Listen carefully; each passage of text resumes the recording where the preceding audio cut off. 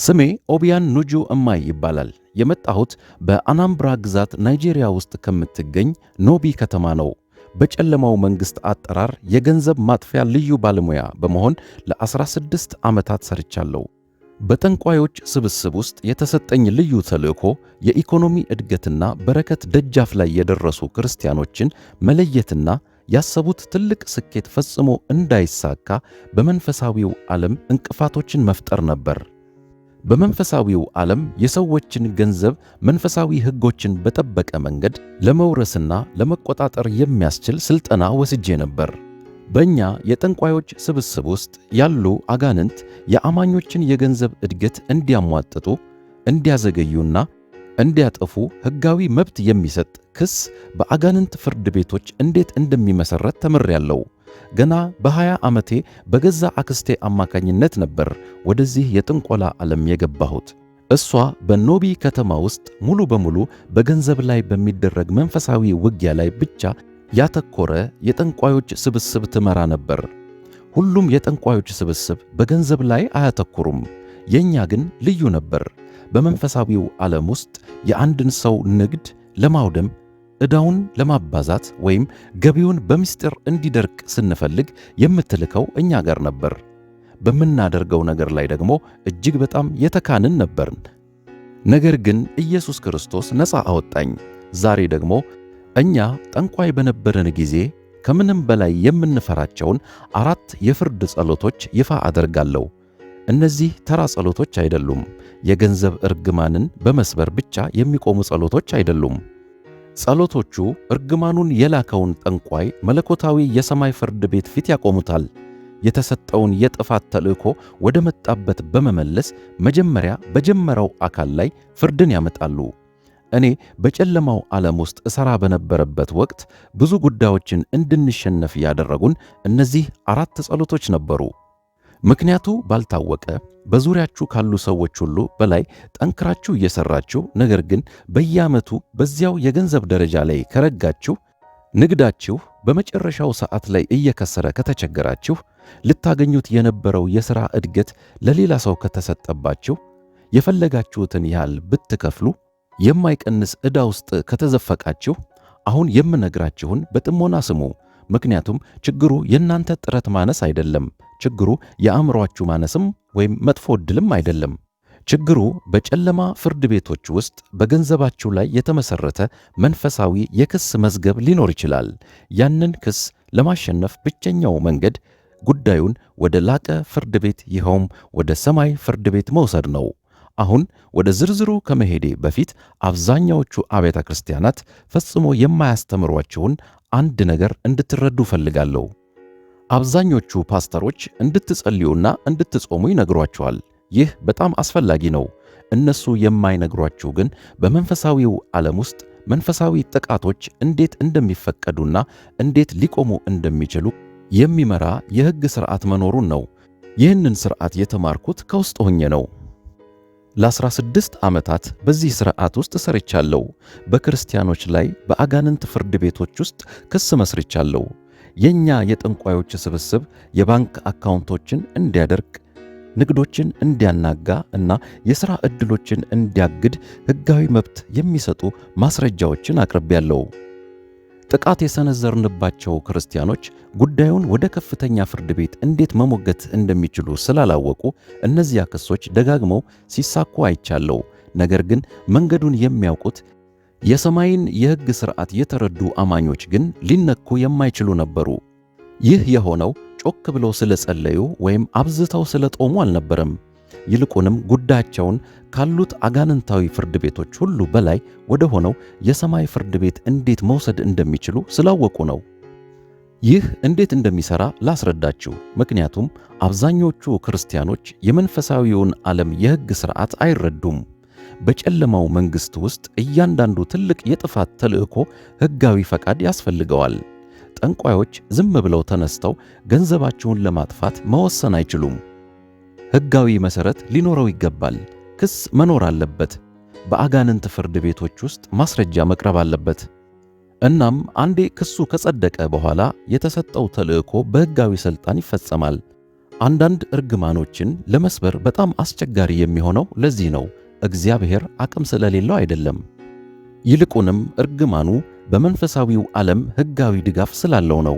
እናም ያ ሕጋዊ ድጋፍ በከፍተኛ ፍርድ ቤት ተግዳሮት ደርሶበት እስካልተሻረ ድረስ የጥፋት ተልእኮው ይቀጥላል። አሁን የማካፈላችሁ 4 ጸሎቶች እነዚያን ሕጋዊ የአጋንንት ክሶች የሚገዳደሩና የሚሽሩ ናቸው። የገንዘብ ሁኔታችሁን ከአጋንንት ፍርድ ቤቶች ሥልጣን ውጪ በማድረግ በሰማይ ፍርድ ቤት ሥልጣን ስር ያደርጉታል። በዚያ ፍርድ ቤት ደግሞ የእግዚአብሔር ልጅ የሆነ ሁሉ ሁል ጊዜ አሸናፊ ነው። የመጀመሪያው የፍርድ ጸሎት ገንዘብን ማዘዣ ጸሎት የምንለው ነው። በዓለም ላይ መጥሪያ አንድ ሰው ፍርድ ቤት እንዲቀርብ የሚያስገድድ ሕጋዊ ሰነድ ነው። ጥያቄ አይደለም፣ ትዕዛዝ ነው። መጥሪያ ሲደርሳችሁ ፍርድ ቤት መቅረብ አለባችሁ። ምንም ምክንያት አይሰራም። መዘግየት የለም። ትመጣላችሁ። ካልሆነ ግን ፍርድ ቤቱን በመናቅ ትቀጣላችሁ። በመንፈሳዊው ዓለም ውስጥም የገንዘብ ማዘዣ ጸሎት በተመሳሳይ መንገድ ይሰራል። አንድ ክርስቲያን ይህንን ጸሎት በትክክል ሲጸልይ በገንዘቡ ላይ ለተመደበው ለእያንዳንዱ መንፈስ፣ ጠንቋይ እና አጋንንታዊ አካል መለኮታዊ መጥሪያ ያስተላልፋል።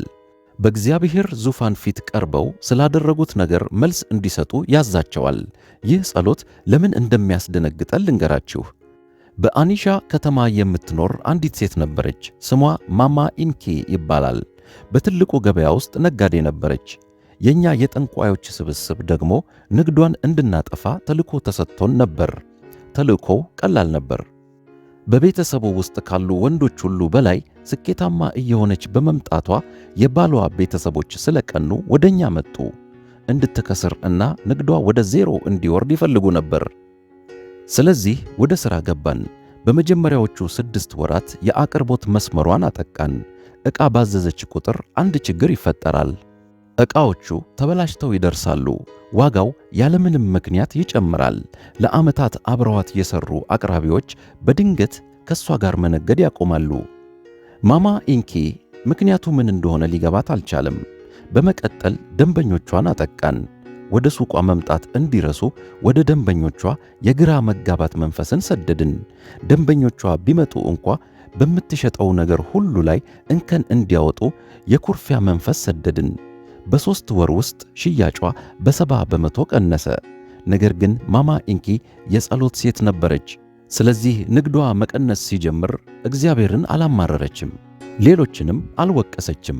ወደ ጸሎት ክፍሏ በመግባት እግዚአብሔር የችግሯን ምንጭ እንዲገልጥላት መጸለይ ጀመረች። በአንድ ሌሊት ጌታ በሕልሟ በገንዘቧ ላይ የተመደቡ መንፈሳዊ ፍጥረታት እንዳሉ አሳያት።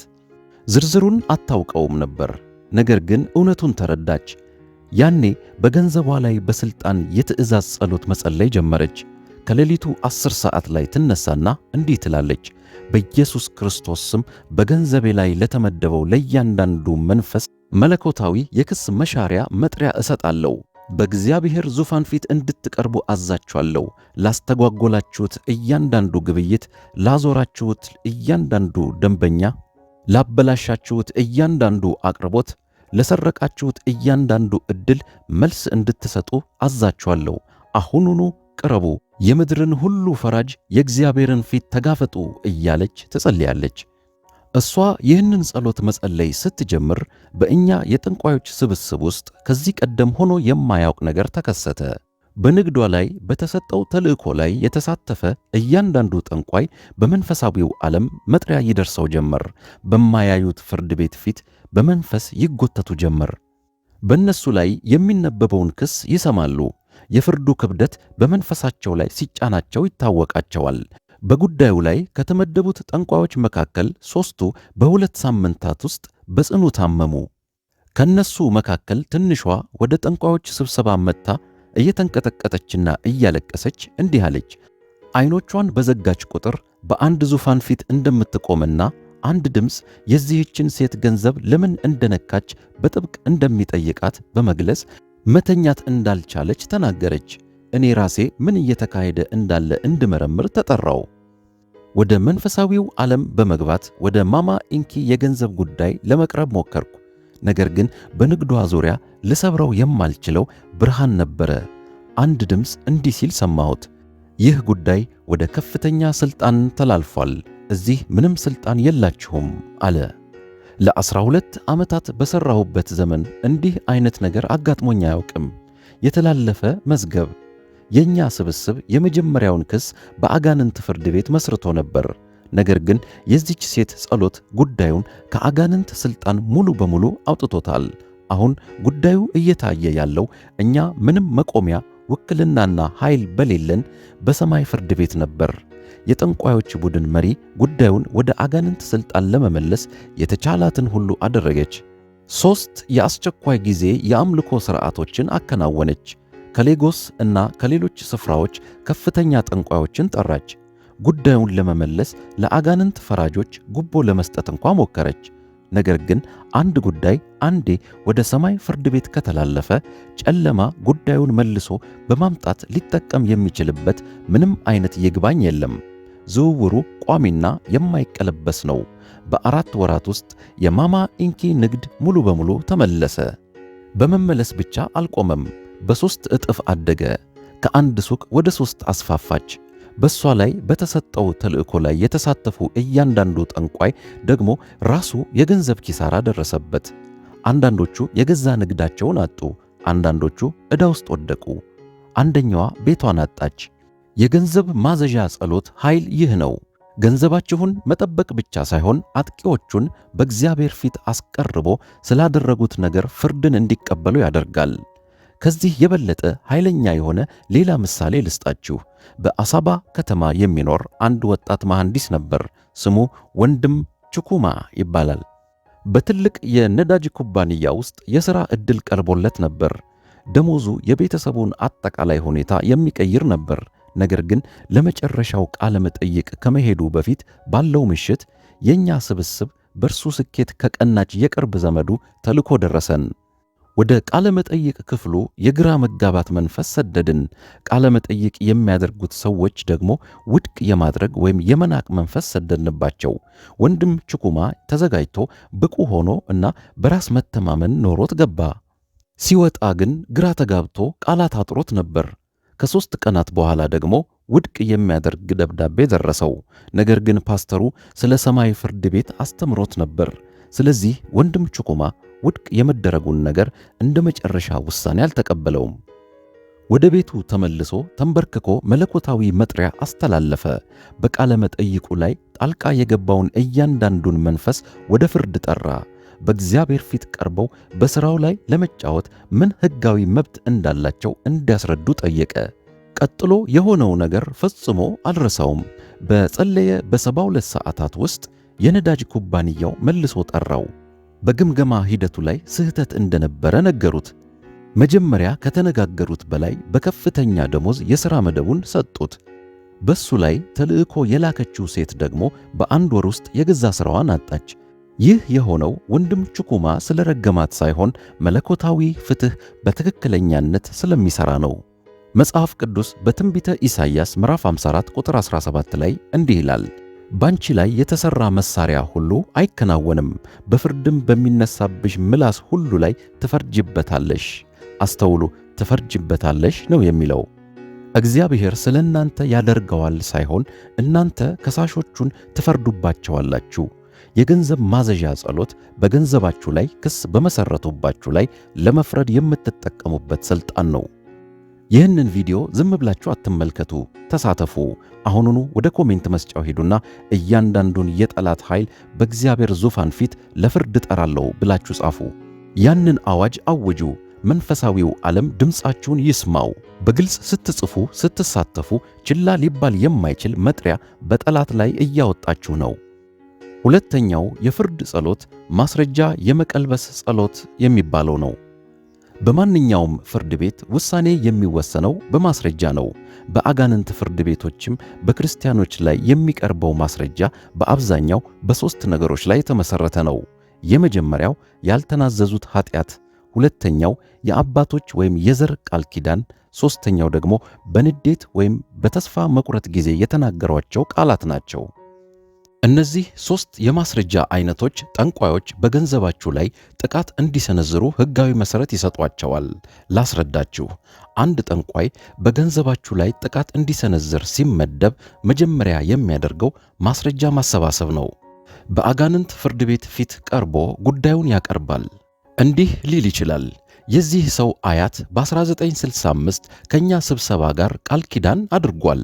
የዚህ ቃል ኪዳን ውል ለዘሮቹ ሁሉ የገንዘብ ውድቀት ያካትታል። ማስረጃው ይኸውላችሁ ሊል ይችላል። ወይም ደግሞ እንደዚህ ሊል ይችላል። ይህ ሰው ባለፈው ማክሰኞ እነዚህን ቃላት ተናግሯል። እኔ መቼም ቢሆን በቂ ገንዘብ አይኖረኝም ብሏል። ድህነት በቤተሰቤ ውስጥ ያለ ነው ብሏል። እነዚህ ከገዛ አፉ የወጡ ሕጋዊ ስምምነቶች ናቸው ብሎ ሲከስ ከፍተኛ ባለሥልጣን አጋንንታዊ ፈራጅም ማስረጃውን አይቶ ተፈቅዷል፣ ተልእኮው ሕጋዊ ነው፣ ቀጥሉ ሊል ይችላል። ነገሩ የሚሠራው እንዲህ ነው። እያንዳንዱ የገንዘብ ጥቃት ሕጋዊ መሠረት አለው። ኃይል የሚሰጠው ማስረጃው ነው። የማስረጃ መቀልበስ ጸሎት እግዚአብሔር ጉዳዩን ውድቅ እንዲያደርገው ብቻ አይጠይቅም፣ ይልቁንም ማስረጃውን ራሱን ይቀለብሰዋል። ክሱ ወደ ከሳሹ ይመለሳል። አብዛኞቹ ክርስቲያኖች የሚያመልጣቸው ክፍል ይህ ነው። ጥቃቱ እንዲቆም ይጸልያሉ፣ ነገር ግን ማስረጃው እንዲቀለበስ አይጸልዩም። ማስረጃው በአጋንንት ፍርድ ቤት መዝገብ ውስጥ እስካለ ድረስ ጠላት ነገ በዚያ ማስረጃ አዲስ ክስ ይመሰርታል። ይህ በትክክል እንዴት እንደሚሠራ ላሳያችሁ። በኦካ ከተማ የሚኖር ቺፍ ኦካራ የሚባል አንድ ነጋዴ ነበር። ለብዙ ዓመታት ስኬታማ የነበረ የኮንስትራክሽን ኩባንያ ያካሄድ ነበር። ከ40 በላይ ሠራተኞችን ቀጥሮ ያሰራ ነበር። ከክልሉ መንግሥት ጋር ውሎች ነበሩት። በደቡብ ምስራቅ ካሉ እጅግ አስተማማኝ ተቋራጮች አንዱ በመሆን ስም እየገነባ ነበር። ነገር ግን በድንገት ሁሉም ነገር ተናጋ። ውሎች ያለምንም ምክንያት ተሰረዙ። ሠራተኞች በሥራው መካከል ላይ ፕሮጀክቱን ጥለው ወጡ። ሙሉ በሙሉ የተከፈለባቸው ቁሳቁሶች ከማከማቻ ቦታ ጠፉ። ለ10 ዓመታት አብረዋቸው የነበሩ ንዑስ ተቋራጮች በድንገት ክፍያ በቅድሚያ እንዲሰጣቸው ጠየቁ። በ6 ወራት ውስጥ በግዛቱ ውስጥ ካሉ እጅግ ከተከበሩ ተቋራጮች አንዱ ከመሆን የቤት ኪራይ እንኳን መክፈል የማይችል ሰው ሆነ። ቺፍ ኦካራ ያላወቀው ነገር ቢኖር የኛ የጠንቋዮች ስብስብ ተፎካካሪውን ለማስወገድ በሚፈልግ ተቀናቃኝ ተቋራጭ ተቀጥሮ እንደነበረ ነው። ይህ ተቀናቃኝ በአኒሻ ካለው የጠንቋዮች ስብስብ ጋር ግንኙነት ነበረው። ያ ስብስብ ደግሞ እኛ በገንዘብ ማጥፋት ላይ ልዩ ባለሙያ ስለሆንን ጉዳዩን ወደኛ አመጣው። እሱ ከመወለዱ ከዓመታት በፊት ሟች እናቱ ከአንድ ባህላዊ ጠንቋይ ጋር ከገባችው ቃል ኪዳን የተገኘውን ማስረጃ በመጠቀም በንግዱ ላይ የገንዘብ ማጥፊያ እርግማን አደረግንበት። እናቱ በአስቸጋሪ የእርግዝና ወቅት እርዳታ ፍለጋ ወደዚህች ጠንቋይ ሄዳ ነበር። ለእርዳታው ምትክ ደግሞ ፈጽሞ ያልፈጸመቻቸውን ቃል ኪዳኖች ገብታ ነበር። እነዚያ ያልተፈጸሙ ቃል ኪዳኖች በአጋንንት ፍርድ ቤቶች ሕጋዊ ሰነዶች ሆኑ። እሱ ራሱ በማንኛውም የአምልኮ ሥርዓት ውስጥ ተሳትፎ የማያውቅና ታማኝ ክርስቲያን ቢሆንም የልጁን ንግድ ለማውደም የተጠቀምንበት ማስረጃ እሱ ነበር። ነገር ግን የቺፍ ኦካራ ሚስት ልዩ የጸሎት ሴት ነበረች። ወደ እነሱ ከመጣ ወንጌላዊ ስለ ሰማይ ፍርድ ቤት ስትማር የማስረጃ መቀልበስ ጸሎትን መጸለይ ጀመረች። ለ5 ቀናት ያለምንም ማቋረጥ በየቀኑ ጸለየች። እንዲህ ትል ነበር። አባት ሆይ በባሌ ገንዘብ ላይ በቀረበው በእያንዳንዱ ክስ ላይ የኢየሱስ ክርስቶስን ደም በተቃራኒ ማስረጃ አቀርባለሁ። ያለ እኛ ፈቃድ የተደረጉ ማንኛውም ቃል ኪዳኖች በመስቀሉ ሥልጣን ስር ፍራሽ እና ዋጋቢስ እንዲሆኑ አውጃለሁ። በደካማነት ጊዜ የተናገርናቸው ማናቸውም ቃላት አሁን እሰርዛቸዋለሁ፣ በበረከት አዋጆች እተካቸዋለሁ። ጠላት በእኛ ላይ የተጠቀመበት እያንዳንዱ ማስረጃ ተገልብጦ ክሱን ባመጣው አካል ላይ እንዲሆን እጠይቃለሁ እያለች ጸለየች። በመንፈሳዊው ዓለም ውስጥ በጣም አስገራሚ ነገር ተከሰተ። በቺፍ ኦካራ ላይ ማስረጃ በማሰባሰብ ላይ የተሳተፉ እያንዳንዱ ጠንቋይ የገዛ ገንዘብ ማስረጃውን ያጣ ጀመር። በገዛ ገንዘባቸው ላይ አድርገውት የነበረውን መንፈሳዊ ጥቃት መዳከም ጀመረ። በቺፍ ኦሳካ ላይ የጫኑት እርግማን በገዛ ንግዳቸውና በገዛ ቤታቸው ውስጥ መታየት ጀመረ። በ60 ቀናት ውስጥ የቺፍ ኦሳካ ኮንስትራክሽን ኩባንያ ተመለሰ። ከዚህ ቀደም ከሰራቸው ከማናቸውም በላይ የሆኑ 3 አዳዲስ ውሎችን አገኘ። ጥቃት የሰነዘሩበት የጠንቋዮች ቡድን አባላት ደግሞ 2ቱ ከሰሩ። የአንደኛዋ ቤት ተወረሰ። ተልእኮውን የመራችው የኛ ከፍተኛ የገንዘብ አጥፊ የሆነችው ሴት ደግሞ በአንድ ዓመት ውስጥ ያላትን ሁሉ አጣች። ገላትያ ምዕራፍ 6 ቁጥር 7 ላይ እንዲህ ይላል፣ አትሳቱ፣ እግዚአብሔር አይዘበትበትም፣ ሰው የሚዘራውን ሁሉ ያንኑ ደግሞ ያጭዳልና ይላል። የማስረጃ መቀልበስ ጸሎት የመዝራትና የማጨድ ሕግን በአጥቂዎቹ ላይ ይተገብራል። በእናንተ የገንዘብ ጥፋት ላይ የዘሩት ሁሉ የገዛ ጥፋታቸው ዘር ይሆናል። ይህ በጣም አስፈላጊ ስለሆነ ስለ ሌላ ጉዳይም ልንገራችሁ። በኢሪ ከተማ የምትኖር ሲስተር ብሌሲንግ የምትባል አንዲት ወጣት ነርስ ነበረች። ለሰርጓ የሚሆን ገንዘብ ለመቆጠብ የትርፍ ሰዓት ሥራ ትሠራ ነበር። ነገር ግን በቆጠበች ቁጥር አንድ ነገር ይፈጠራል። ያልታሰበ ወጪ፣ የቤተሰብ ድንገተኛ አደጋ ወይም ከየት መጣ የማይባል የሕክምና ክፍያ ይመጣል። ለ2 ዓመታት የትርፍ ሰዓት ሥራ ብትሰራም ምንም ልትቆጥብ አልቻለችም። በአጋንንት ፍርድ ቤት በእሷ ላይ የቀረበው ማስረጃ ገና የ17 ዓመት ልጅ እያለች በቸልተኛነት የተናገረችው ቃል ነበር። ለጓደኛዋ እንዲህ ብላ ነበር፣ የኔ ቤተሰብ በድህነት የተረገመ ነው፣ በቤተሰባችን ውስጥ ማንም ሰው በቂ ገንዘብ የለውም ብላ ነበር። እነዚያ በቸልተኛነትና ያለማስተዋል የተናገረቻቸው ቃላት ከ10 ዓመታት በላይ በእሷ ላይ ጥቅም ላይ የዋሉ የጨለማ ፍርድ ቤቶች ሕጋዊ ሰነድ ሆኑ። ሲስተር ብሌሲንግ ስለ ማስረጃ መቀልበስ ጸሎት የተማረችው በኤኑጉ ከተማ በሴቶች ኮንፈረንስ ላይ በነበረችበት ወቅት ነበር። በዚያ ዕለት ሰባኪ የነበረችው የቀድሞ ጠንቋይ እኔ አሁን እንደማስረዳችሁ ሁሉ ቃላቶቻችሁ በመንፈሳዊው ዓለም ውስጥ ሕጋዊ ሰነዶች መሆናቸውን በተስፋ መቁረጥ ጊዜ የሚነገሩ ተራ ቃላት በጨለማው ዓለም ፍርድ ቤቶች ውስጥ አስገዳጅ ስምምነቶች እንደሚሆኑ አስረድታ ነበር። ሲስተር ብሌሲንግ ይህንን ስትሰማ አለቀሰች። ለዓመታት ለራሷ ማስረጃ ስታቀርብ እንደነበረ ተገነዘበች። ያንን በ17 ዓመቷ የተናገረችውን ብቻ ሳይሆን በሕይወቷ ሙሉ የተናገረቻቸውን ሌሎች ስፍር ቁጥር የሌላቸውን ቃላት አሰበች። መክፈል የማትችለው ወጪ በመጣ ቁጥር አያችሁ፣ ድህነት እንደገና እየተከተለኝ ነው ትል ነበር። ገንዘብ ለመቆጠብ ስትሞክርና ገንዘብ ሲጠፋ ደግሞ በእጄ ላይ ምንም ጥሩ ነገር አይበረክትም ትል ነበር። እያንዳንዱ ንግግር ይመዘገብ ነበር። እያንዳንዱ ንግግር ፋይል ይደረጋል እና እያንዳንዱ ንግግር በገንዘቧ ላይ ያለውን ሕጋዊ ክስ ያጠናክር ነበር። ነገር ግን በዚያ ዕለት ውሳኔ ያደረገች። ወደ ቤቷ ተመልሳ ተንበርክካ ስለ ገንዘቧ የተናገረችውን እያንዳንዱን አሉታዊ ቃል ለመሻር 3 ሰዓት አሳለፈች። ነገሩን ለይታ ነበር የጸለየችው። ከ5 ዓመት፣ ከ10 ዓመት፣ ከ15 ዓመታት በፊት የተናገረቻቸውን ቃላት አሰበች። ለእያንዳንዳቸው እንዲህ አለች፣ ይህንን ንግግር በኢየሱስ ስም እሽራለሁ፣ ሕጋዊ ሥልጣኑን እሰርዛለሁ። እኔ የተባረክኩ እንጂ የተረገምኩ አይደለሁም፣ ራስ እንጂ ጅራት አይደለሁም። አበድራለሁ እንጂ አልበደርም በሚለው በእግዚአብሔር ቃል እተካዋለሁ አለች። ሲስተር ብሌሲንግ በኋላ ላይ እንደነገረችኝ በዚህ የጸሎት ጊዜ ላይ በትከሻዋ ላይ የነበረ ሸክም እንደተነሳላት፣ መኖራቸውን እንኳ የማታውቃቸው ሰንሰለቶች እንደተሰበሩ በአካል የሚታወቅ ለውጥ ተሰማት። በ3 ወራት ውስጥ ለሰርጓ የሚሆን በቂ ገንዘብ ቆጠበች። በሆስፒታሉ ውስጥ ያልታሰበ የሥራ ዕድል አገኘች እና ያላመለከተችበት የከፍተኛ ነርሲንግ ትምህርት ዕድል አቀረበላት። ሁኔታዋን የሚያውቅ የሥራ ባልደረባዋ ስሟን ሳትነግራት አስገብታላት ነበር። እናም ገምጋሚ ኮሚቴው በሙሉ ድምፅ መረጣት። ነገር ግን በታሪኳ ውስጥ እጅግ አስደናቂው ክፍል በመንፈሳዊው ዓለም ውስጥ በማስረጃው ላይ የሆነው ነገር ነው። የሲስተር ብሌሲንግ ቃላት እንደ ማስረጃ ትጠቀም የነበረችው ጠንቋይ የገዛ ፋይሏ እንደተበላሸ አገኘችው። ያሰፈረቻቸው ቃላት አሁን በእርሷ ላይ ጥቅም ላይ መዋል ጀመሩ። በሲስተር ብሌሲንግ ላይ ተልእኮውን የፈጸመው የአጋንንት ፍርድ ቤት የመቀልበስ ትዕዛዝ አወጣ። እናም መጀመሪያ ክሱን የመሰረተችው ጠንቋይ አሁን ልታሸንፈው በማትችለው አዲስ ክስ ውስጥ ተከሳሽ ሆነች። በገዛ ሕይወታችሁ ላይ የድህነት ቃላትን ተናግራችሁ ከነበረ መቼም ቢሆን በቂ እንደማይኖራችሁ፣ ቤተሰባችሁ ድሃ እንደሆነ፣ በእጃችሁ ላይ ገንዘብ እንደማይቆይ ተናግራችሁ ከነበረ አሁን በእናንተ ላይ ጥቅም ላይ እየዋለ ያለ ማስረጃ አቅርባችኋል። የማስረጃ መቀልበስ ጸሎት ያንን ማስረጃ የምትሰርዙበትና በገንዘባችሁ ላይ ባለው የእግዚአብሔር የተስፋ ቃል እውነት የምትተኩበት መንገድ ነው። ሦስተኛውን ጸሎት ከመግለጼ በፊት ዛሬ ከምንወያይበት ነገር ጋር ቀጥተኛ ግንኙነት ስላለው አንድ ነገር ልንገራችሁ። በጨለማው መንግሥት ውስጥ በነበርኩባቸው 16 ዓመታት ውስጥ በሺዎች የሚቆጠሩ የገንዘብ ጥቃቶችን ሲሳኩ አይቻለሁ።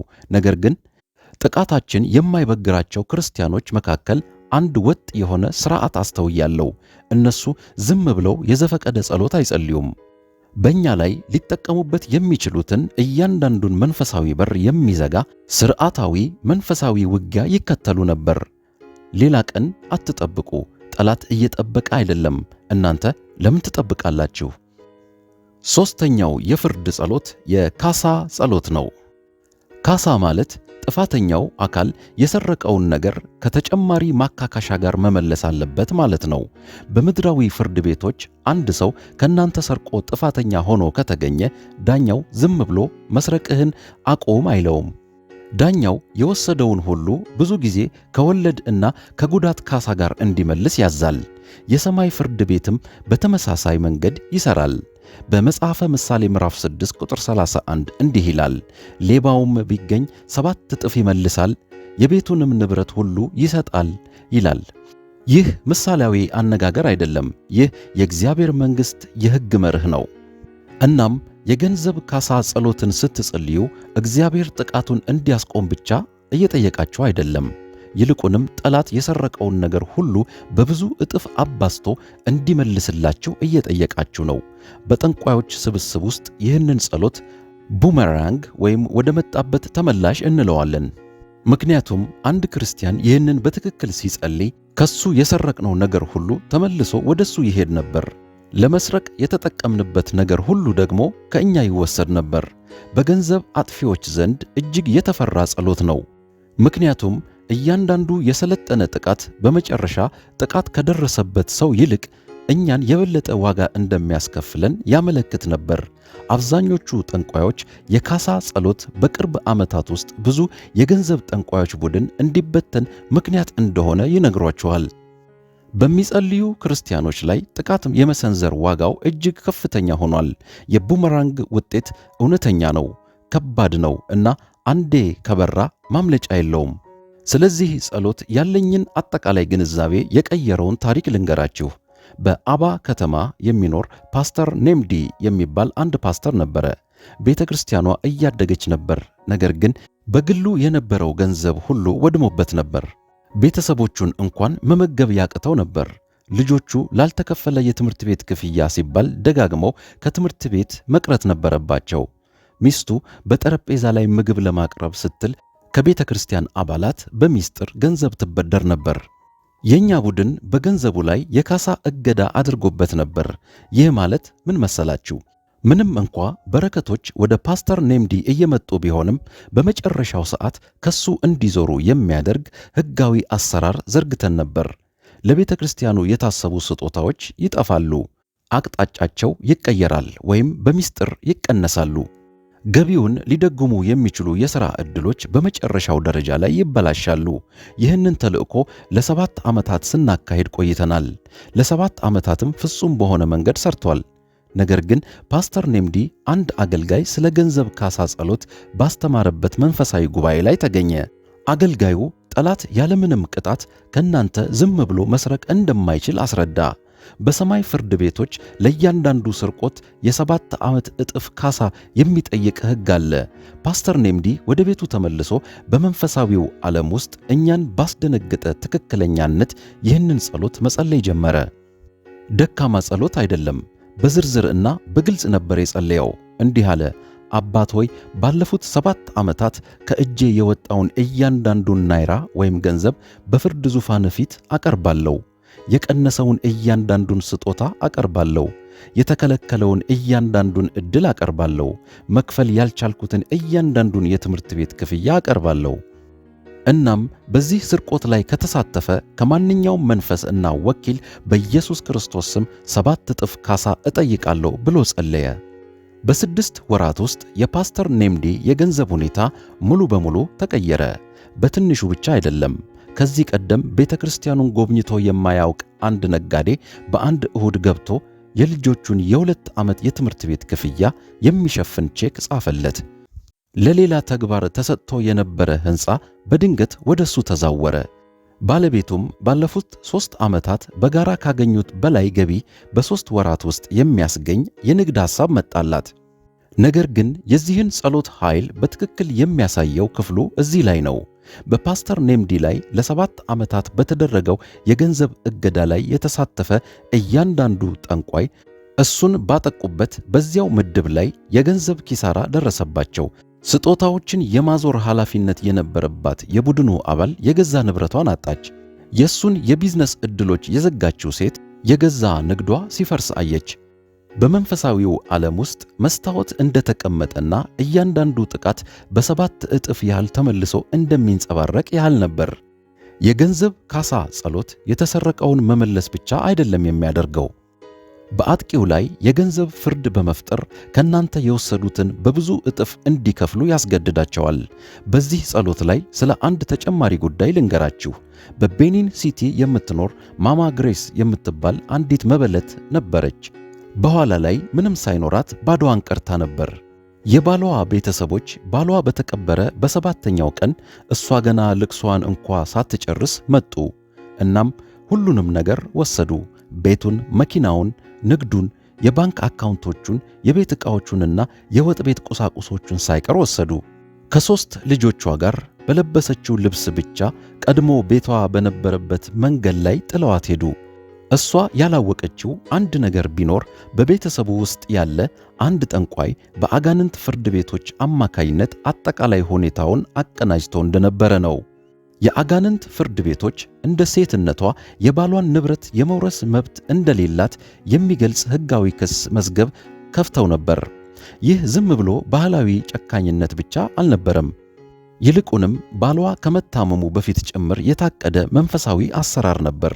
የባሏ ታላቅ እህት የሆነችው ጠንቋይዋ ባልየው ከመሞቱ ከ6 ወራት በፊት በ3 ትውልድ ወደ ኋላ የሚመዘዝ የቤተሰብ ቃል ኪዳን ማስረጃን በመጠቀም በማማ ግሬስ ላይ የገንዘብ ክስ በአጋንንት ፍርድ ቤት መስርታ ነበር። የማማ ግሬስን ባል የገደለው በሽታ የተሰጠው ተልእኮ አካል ነበር። ሁሉንም ነገር የገፈፋት የቤተሰብ ስብስብ የተሰጠው ተልእኮ አካል ነበር። መብቷን ለማስከበር ልትቀጥረው የነበረችው ጠበቃ እንኳ የተሰጠው ተልእኮ አካል ነበር። ምክንያቱም ያ ቃል ኪዳን የጠበቃውን የማስተዋል ብቃት የሚያጠፋ መንፈስ በመስደድ ጠበቃውን እያንዳንዱን ክስ እንዲያበላሽና እያንዳንዱን የጊዜ ገደብ እንዲያልፈው አድርጎት ነበር። ማማ ግሬስ ደግሞ ከእምነቷና ከ3 ልጆቿ በስተቀር ምንም የቀራት ነገር አልነበረም። ከቤቱ በስተጀርባ ባለች አንዲት ትንሽ ክፍል ውስጥ ከምትኖረው አረጋዊት እናቷ ጋር መኖር ጀመረች። ልጆቿ መሬት ላይ በአንድ ፍራሽ ላይ በጋራ ይተኙ ነበር። እነሱን ለመመገብ የሚሆን ገንዘብ ለማግኘት የሰዎችን ልብስ ማጠብ ጀመረች። ነገር ግን ማማ ግሬስ እንዴት መጸለይ እንዳለባት ጠንቅቃ ታውቅ ነበር። ባሏ ከመሞቱ ከዓመታት በፊት ካገኘችው ፓስተር ስለ ሰማይ ፍርድ ቤት ተምራ ነበር። እናም በቁሳዊው ዓለም ምንም ባይኖራትም በመንፈሳዊው ዓለም ግን የሚያስፈልጋት ነገር ሁሉ ነበራት። የማስረጃ መቀልበስና የገንዘብ ካሳ ጸሎትን ለ90 ቀናት ያህል ሳታቋርጥ ጸለየች። በየቀኑ ማለዳ ልጆቿ ሳይነቁ በፊት በዚያች ትንሽ ክፍል ውስጥ በሲሚንቶ ወለል ላይ ተንበርክካ ጉዳዩን በሰማይ ፍርድ ቤት ፊት ታቀርብ ነበር። የተወሰደባትን እያንዳንዱን ዕቃ በስም ጠርታ በሴፒዮ መንገድ ላይ ያለውን ቤት፣ ሆንዳ ፓይለት መኪናውን፣ በአግባክ ፓቫ ያለውን የሸቀጣሸቀጥ ሱቅ፣ 3ቱን የባንክ አካውንቶች፣ የቤት ዕቃዎቹን፣ ጄኔሬተሩን፣ ሁሉንም በድርጊቱ የተሳተፈውን እያንዳንዱን ሰው በስም እየጠራች በእግዚአብሔር ቃል ላይ እንደተጠቀሰው 7 እጥፍ ካሳ ጠየቀች። በአንድ ዓመት ውስጥ ማማ ግሬስ አይታው እንኳ የማታውቀው በዋሪ ከተማ ከሚኖር የሩቅ ዘመዷ ወራሽ ሆነች። ይህች ዘመድ ልጅ ያልነበራት ሴት ስትሆን ከዓመታት በፊት በማማ ግሬስ እናት ስም የኑዛዜ ሰነድ ጽፋ ነበር። ያቺ ዘመድ ስትሞት ውርሱ ተለቀቀና የገንዘቡ መጠን የባሏ ቤተሰቦች ከወሰዱባት ንብረት በ7 እጥፍ የሚበልጥ ነበር። ከተሰረቀባት ቤት የበለጠ ትልቅ አዲስ ቤት ገዛች። ከባሏ ንግድ የበለጠ ስኬታማ የሆነ አዲስ ንግድ ጀመረች። ልጆቿ በከተማ ውስጥ ባሉ ምርጥ ትምህርት ቤቶች ውስጥ ገቡ። እሷም በመጨረሻ በቤተ ክርስቲያኗ ውስጥ ካሉ መሪ ሴቶች አንዷ በመሆን ለሌሎች ሴቶች ስለ ገንዘብ ካሳ ጸሎትና ስለ ተዘረፈችው ነገር ማስተማር ጀመረች። መለኮታዊው ፍርድ ትክክለኛና አውዳሚ ነበር። በአጋንንት ፍርድ ቤቶች ጥቃቱን ያቀነባበረችው ታላቅ እህት በ18 ወራት ውስጥ የገዛ ቤቷን አጣች። በማማ ግሬስ ቤት ላይ ቁልፍ የቀየረው ወንድም በባንክ ስህተት ምክንያት የገዛ የንግድ አካውንቱ ታገደ። ያንን ለመፍታት ደግሞ 2 ዓመታት ፈጀበት። መኪናውን ነድቶ የወሰደው የአጎት ልጅ ደግሞ ከዚያ በኋላ የገዛው እያንዳንዱ መኪና በገዛ በሳምንታት ውስጥ ይበላሽበት ነበር። እያንዳንዳቸው ማማ ግሬስ የ90 ቀናት የጸሎት ዘመቻ ካደረገች በኋላ በ2 ዓመታት ውስጥ ከፍተኛ የገንዘብ ውድመት ገጠማቸው። እኔ ይህን ያየሁት ከጠንቋዮች ስብስብ ውስጥ ሆኜ ነው። በማማ ግሬስ ላይ የተሰጠው ተልእኮ በከፍተኛ ኃይል ተመልሶ ቡመራንግ ሆኖ ሲመታ ያየችው የጠንቋዮች ቡድን መሪ በመበለቶች ላይ የምናደርገውን ማንኛውንም አሰራር ሙሉ በሙሉ ማቆም እንዳለብን ለመወያየት የአስቸኳይ ጊዜ ስብሰባ ጠራች። አደጋው እጅግ በጣም ከፍተኛ ሆኖ ነበር። የካሳ ጸሎት ከዚህ ቀደም ካጋጠሙን ማናቸውም ጸሎቶች በላይ ከፍተኛ ዋጋ ያስከፈለን ነበር። መጽሐፍ ቅዱስ በትንቢተ ኢዩኤል ምዕራፍ 2 ቁጥር 25 ላይ አንበጣ የበላውን ዓመታት እመልስላቸዋለሁ ይላል። እግዚአብሔር ጥቃቱን ማቆም ብቻ አይደለም የሚያደርገው፣ ሁሉንም ነገር ከነካሳው ይመልሳል። ጠላት ከናንተ ሰርቆ ከሆነ፣ የዓመታት ገቢያችሁ ከጠፋ፣ ንግዶቻችሁ ከፈረሱ፣ ዕድሎቻችሁ ከተወሰዱባችሁ አሁኑኑ በኮሜንት መስጫ ቦታ ላይ የ7 እጥፍ ካሳ እጠይቃለሁ ብላችሁ ጻፉ። የሰማይ ፍርድ ቤቶች ጥያቄያችሁን ይስሙት። መላእክት ውሳኔውን መፈጸም ይጀምሩ። አሁን ስለ አራተኛው እና የመጨረሻው የፍርድ ጸሎት ልንገራችሁ። ይህ ከሁሉ የበለጠ ኃይለኛ ነው። እሱም የጸና የገንዘብ ማኅተም ጸሎት ይባላል። የመጀመሪያዎቹ 3ቱ ጸሎቶች ጥቃቱን፣ ማስረጃውን እና ካሳውን ይመለከታሉ። አራተኛው ጸሎት ግን ስለ መከላከል ወይም ስለ ቅድመ ጥንቃቄ ነው። በገንዘባችሁ፣ በንግዳችሁ፣ በሥራችሁ ወይም በፋይናንስ ዕድላችሁ ላይ በማንኛውም ጠንቋይ አዲስ ክስ መመስረት በሕጋዊ መንገድ የማይቻል የሚደረግበት ቋሚ ማኅተም በሰማያዊ ፍርድ ቤት በገንዘባችሁ ላይ የሚያኖር ጸሎት ነው። ነገሩን እንዲህ አስቡት። በዓለም አንድ የፍርድ ቤት ጉዳይ ውሳኔ ካገኘ በኋላ ዳኛው የመጨረሻ ትዕዛዝ ይሰጣል። ያ ትዕዛዝ እንደገና ሊሞገት አይችልም። የታሸገ ወይም የተዘጋ ነው። ተፈጽሟል። የቋሚ የገንዘብ ማኅተም ጸሎት በመንፈሳዊው ዓለም ውስጥ ያንኑ መርህ ይከተላል። አንዴ ከጸለያችሁበት በኋላ ወደፊት በአጋንንት ፍርድ ቤቶች በእናንተ ላይ የገንዘብ ክስ ለመመስረት የሚደረግ ማንኛውም ሙከራ ወዲያውኑ ውድቅ ይደረጋል። ምክንያቱም ከፍተኛው ፍርድ ቤት ቀድሞውኑ በእናንተ ጠቀሜታ ላይ ወስኗል። ጉዳዩ ምንም አይነት አጋንንታዊ ሥልጣን ሊሰብረው በማይችል ማኅተም የታተመ ነው። በገንዘባችሁ ላይ አዲስ መዝገብ ለመክፈት የምትሞክር ማንኛውም ጠንቋይ አሰራሩ ራሱ ክሱን ውድቅ እንደሚያደርገው ታውቃለች። ስለ አንድ ነገር በጣም ግልጽ መሆን እፈልጋለሁ። ይህ ጸሎት ከሌሎቹ 3ቱ የተለየ ነው። የመጀመሪያዎቹ 3ቱ ለገጠማችሁ ውጊያ ምላሽ ሰጪ ጸሎቶች ናቸው። የሚጸለዩት ቀድሞውኑ ለደረሱ ጥቃቶች ምላሽ ለመስጠት ነው። አራተኛው ጸሎት ግን ቅድመ ማጥቃት ነው። የሚጸለየው የወደፊት ጥቃቶችን ለመከላከል ነው። እናም አንድን ክርስቲያን በገንዘብ ረገድ ፈጽሞ ሊነካ የማይችል የሚያደርገው የአራቱ መስተጋብር ነው። በእኛ የጠንቋዮች ስብስብ ውስጥ ክርስቲያኖችን 3 ምድብ እንከፍላቸው ነበር። የመጀመሪያዎቹ ያልነቁ ሲሆኑ ጥቃት እየደረሰባቸው መሆኑን እንኳን የማያውቁ ናቸው። እነዚህ እጅግ ቀላል ኢላማዎች ነበሩ። ሁለተኛዎቹ ምላሽ ሰጪ ሲሆኑ ጉዳት ካስከተልንባቸው በኋላ በጥቃቶቹ ላይ የሚጸልዩ ናቸው። እነዚህ ጠንካራ ነበሩ፣ ነገር ግን አሁንም ተጋላጭ ናቸው። ምክንያቱም ሁል ጊዜ ከመከላከል ይልቅ ምላሽ በመስጠት ላይ ያተኩራሉ። ሦስተኛዎቹ የታተሙ ናቸው። እነዚህ ወጥና ግልጽ በሆነ ጸሎት አማካኝነት በገንዘባቸው ላይ ቋሚ ማኅተም ያደረጉ ናቸው። እኛ እነሱን መንካት አንችልም ነበር። ምክንያቱም የመውደቃችን ዋጋ ለኛ እጅግ አውዳሚ ስለነበረ ነው። ይህ ጸሎት ምን ያህል ኃይለኛ እንደሆነ እንድገነዘብ ያደረገኝን ታሪክ ልንገራችሁ። በፖርት ሃርኮርት የሚኖሩ አንድ ክርስቲያን ባልና ሚስት ነበሩ። ባልየው ወንድም ኤማ የሚባል መሐንዲስ ሲሆን ባለቤቱ ደግሞ ሲስተር አዳ የምትባል የሁለተኛ ደረጃ ትምህርት ቤት መምህርት ነበረች። በአንድ ላይ መጠነኛ ነገር ግን የተረጋጋ ሕይወት እየገነቡ ነበር። በቤታቸው ላይ የነበራቸውን የባንክ ብድር ከፍለው ጨርሰው ነበር። ልጆቻቸው በትምህርት ቤት ጥሩ እየሰሩ ነበር። እናም ወንድም ኤማ በአንድ ዓለም አቀፍ ኩባንያ ውስጥ ከፍተኛ የሥራ መደብ ቀረበለት። የእኛ ቡድን የሱን የገንዘብ መረጋጋት ለማጥፋት ተልዕኮ ተሰጥቶት ነበር። ምክንያቱም የጸሎት ሕይወታቸው የአጠቃላይ አካባቢውን መንፈሳዊ አየር ይነካ ነበር። ክርስቲያን ቤተሰቦች በገንዘብ ሲረጋጉና ሲጸልዩ በዙሪያቸው የጥበቃ ቀጠና ይሰራሉ። ይህም በዚያ አካባቢ የምናደርገውን አሰራር ያዳክምብናል። ስለዚህ አካባቢውን መንፈሳዊ አየር ለማዳከም እነርሱን በገንዘብ መስበር አስፈልጎን ነበር። የተለመዱትን አቀራረቦች ሞከርን። የብክነት ወጪ መንፈስ ሰደድን።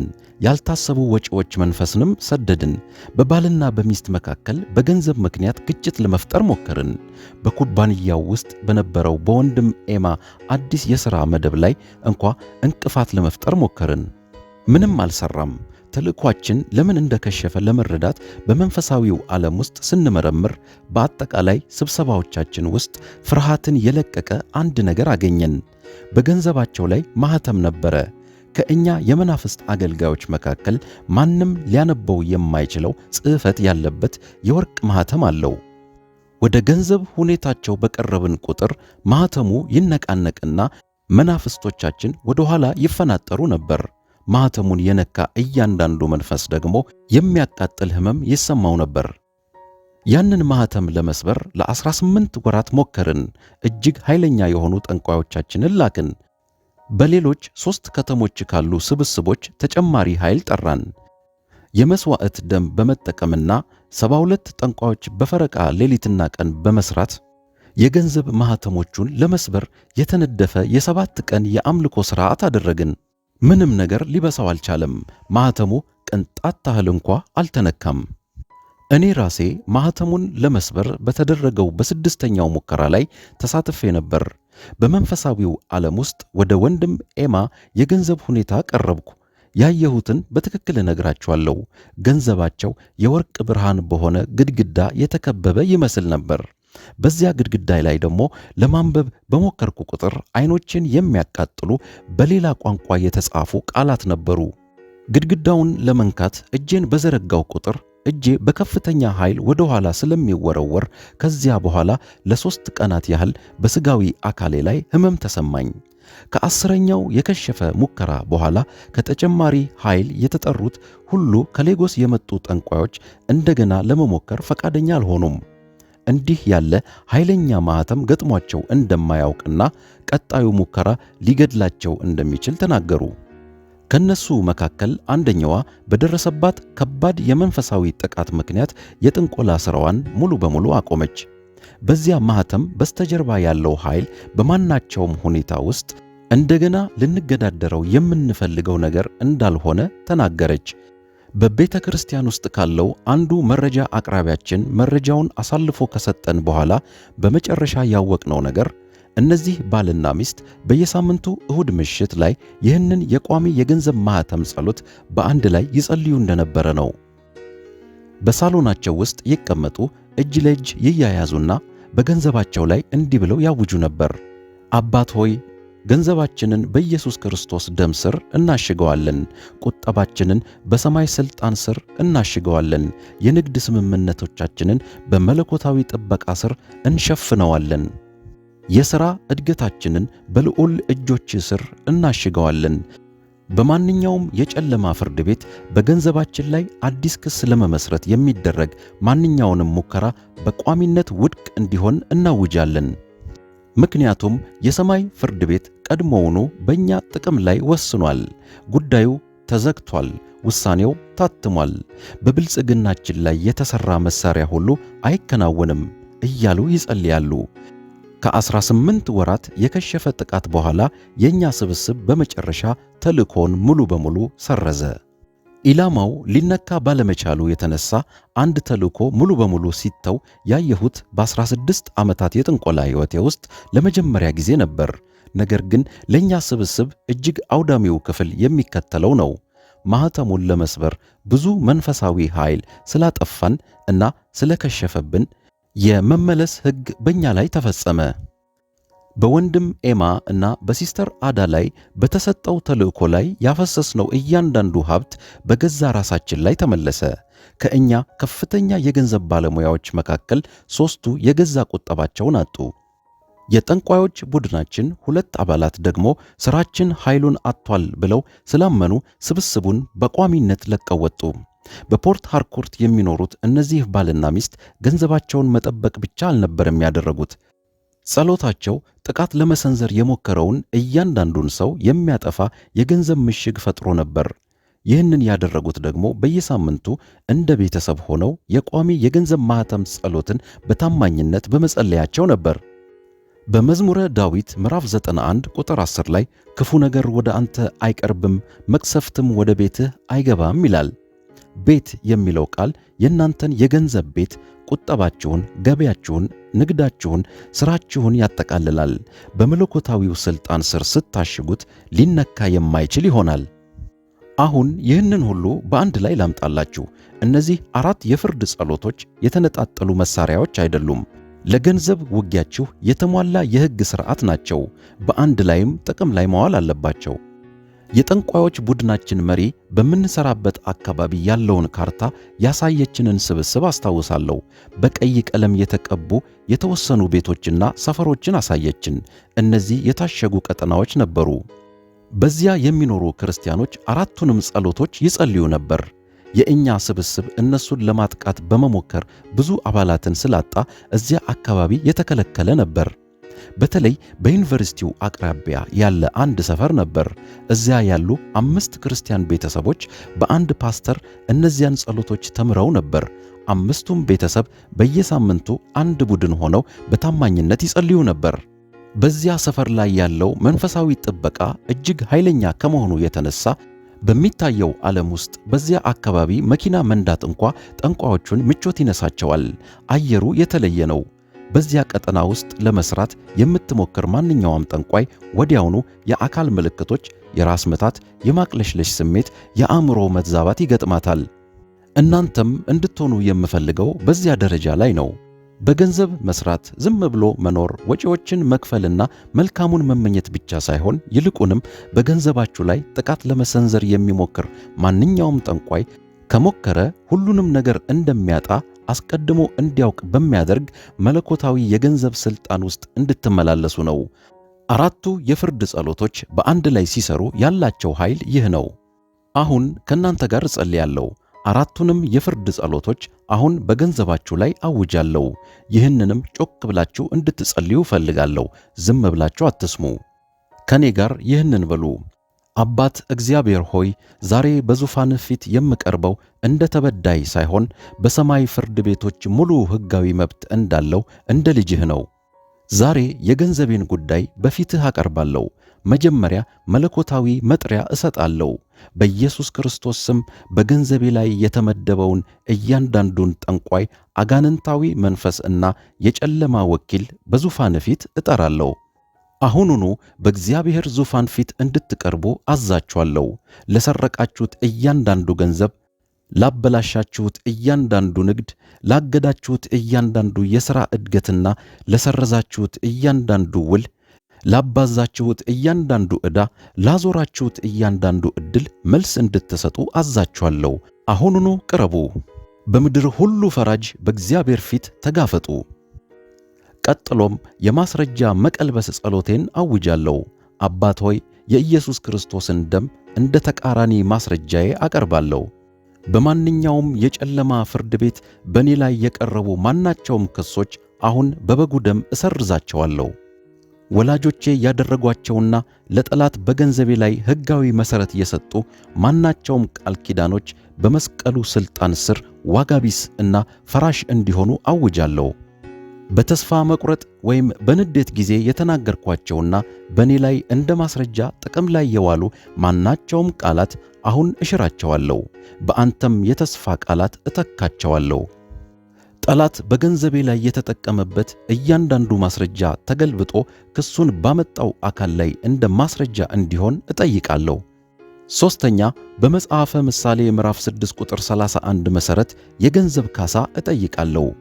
ጠላት ከእኔ ለሰረቀው ለእያንዳንዱ ነገር የ7 እጥፍ ካሳ እንዲመልስ እጠይቃለሁ።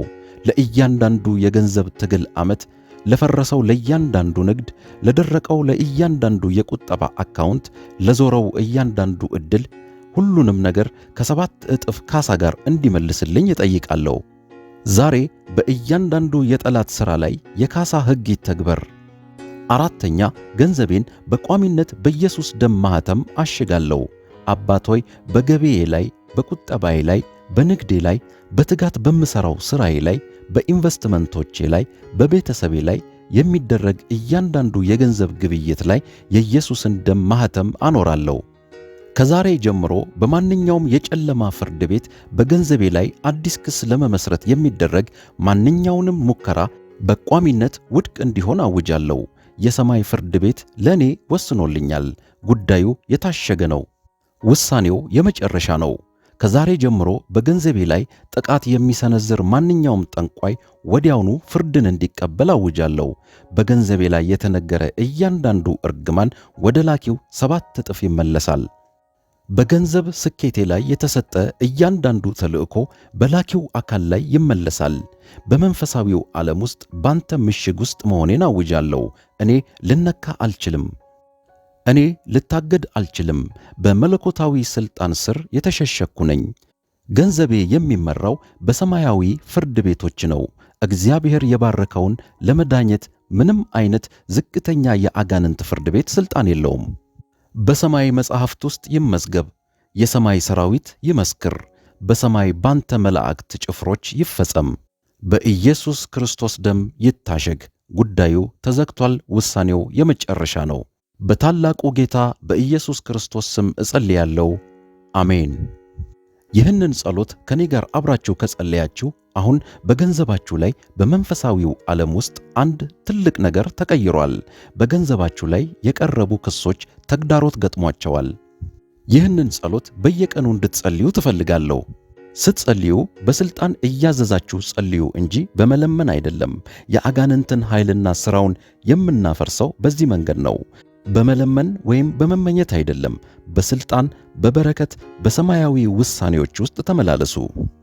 ይህ ምስክርነት ጠላት በገንዘባችሁ ላይ እንዴት እንደሚሠራ ዓይኖቻችሁን ከገለጠላችሁ፣ ከዚህ ቀደም ተረድታችሁት በማታውቁት መንገድ ከገንዘብ ትግላችሁ በስተጀርባ ያለውን መንፈሳዊ ውጊያ ማየት ከጀመራችሁ፣ አሁን እነሱ በማያውቁት የገንዘብ እርግማን ስር ለተጠመዱ ሰዎች እንዲደርስ ላይክ እና ሼር በማድረግ በአስተያየት መስጫው ላይ ምርኮ ተመለሰ እያላችሁ ኮሜንት በማድረግ እንድታግዙን እንጠይቃችኋለን። ጌታ አብዝቶ ይባርካችሁ።